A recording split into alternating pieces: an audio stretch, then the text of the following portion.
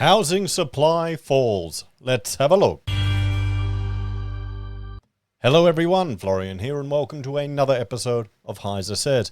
Grab your stein of coffee because, well, according to the HIA, housing supply is falling, at least in Queensland and other parts of the country as well. This is something that I've been worried about with the ongoing construction apocalypse. We're losing builders, we're losing skills and talents from the industry. Are we going to be able to meet the supply needs? Will the supply meet the demand, particularly with hundreds of thousands of people rushing to Australia? There you go. This is another support pillar for the housing sector, guys. So, housing supply in Queensland falls as foreign investor taxes bite. Okay. Since imposing additional taxes on foreign investors in 2016, the volume of new apartments commencing construction has fallen by 47%, stated Mike Roberts, HIA's executive director in Queensland. Now, I remember putting in proposals for projects that were entirely dependent on offshore funding. And here's the thing, guys. These properties, they'll get built and they'll create more supply on the market. That's kind of what you want. But I guess not everyone does. By increasing taxes on foreign investors, we are hampering the state's ability to increase the supply of housing to meet the record level of migration. In addition to paying more than double the amount of stamp duty in Queensland compared to domestic investors, they've also seen an increase in costs from the Australian government in recent years.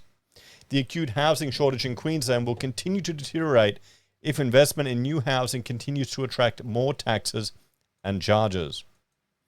We want to attract more investment in Queensland, especially into apartment construction in southeast Queensland, not tax it away.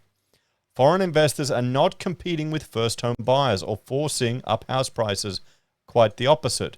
Foreign investors can only buy new homes, not established homes. They cannot take the apartments overseas with them, and therefore are increasing the stock of housing.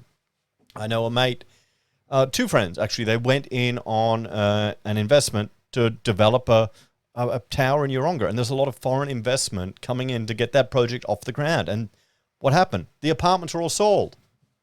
Okay, this is what you want. You want investment. It's a good thing. It's not a bad thing.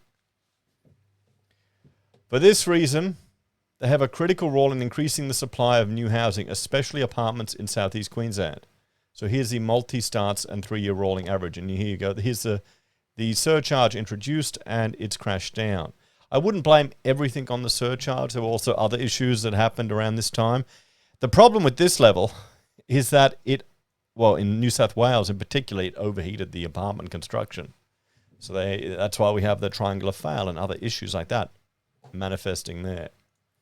So, and there's another article from the HIA. Housing supply worsens as demand increases. So, the government is set to fall well short of their goal of building 1 million homes over 5 years, according to today's report, and this is from the 3rd of April, from the peak housing advisory body, the NHFIC, stated Tim Reardon, HIA's chief economist. The National Housing Finance and Investment Corporation released their State of the Nation Housing 22 to 23 report this morning, which highlighted that undersupply of housing is set to worsen as demand continues to outpace supply. Every state and territory needs to take action to attract more investment in the housing sector to improve the supply of new homes, Mr. Reardon said. The NHFIC report expects around 180,000 new households to form each year, but less than 150,000 new homes to commence construction each year over the next 2 years. Over the decade, this will see an expected 79,300 shortfall in the supply of new homes. This will see the acute rental shortage worsening and unnecessarily high increases in home prices. The report also highlights that to meet the accelerated demand for new homes, there needs to be an increase in the number of apartments commencing construction. Commencements of apartments last year were 40% lower than at the peak in 2016. The imposition of a range of punitive taxes on investors by state governments, combined with additional constraints through the FIRB and diplomatic disputes, has seen investors withdraw from the market. At the same time, the cost of new apartments is set to increase in 2023 with new regulatory costs imposed through building regulations. I've spoken about all of these issues, guys. This is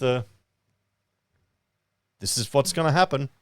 This should not be a surprise to anyone. It's probably going to be a surprise to a whole bunch of people who are calling for all of these regulations because they sound good and the feel-good factor.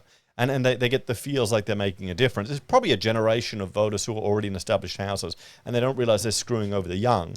And the young and naive that don't realize they're voting for policies that will drive up the cost of their housing. These regulatory costs are in addition to the increased costs of labor and materials and have increased rapidly over the last 2 years. The combination of increased cost and less investment has seen apartment construction slow well below what is needed in a typical year of population growth. But with migration expected to be at record levels in 2023, the shortage of housing will continue to deteriorate. The Australian Government's Housing Australia Future Funds Bill 2023, that was before Parliament last week, and this is a few weeks ago, set a pathway to improve this supply and demand imbalance, concluded Mr. Reardon. So there we have it. Let's have a bit of a talk about these issues, guys.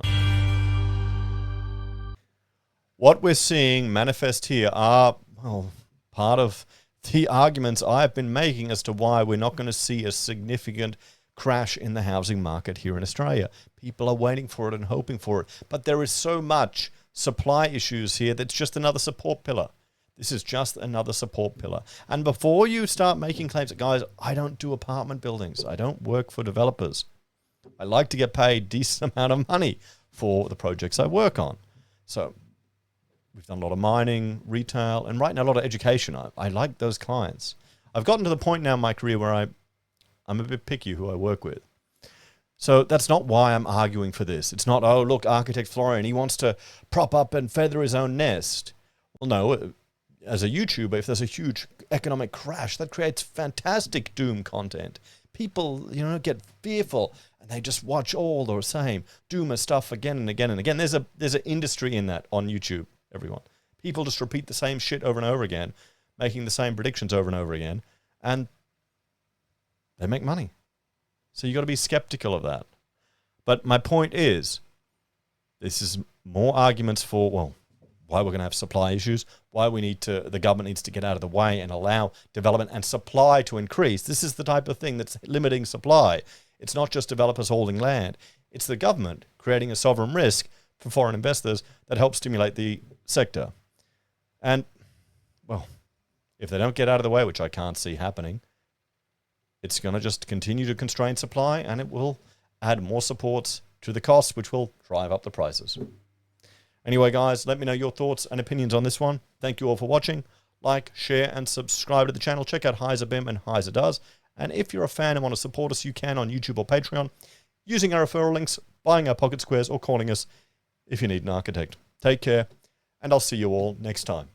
Bye for now.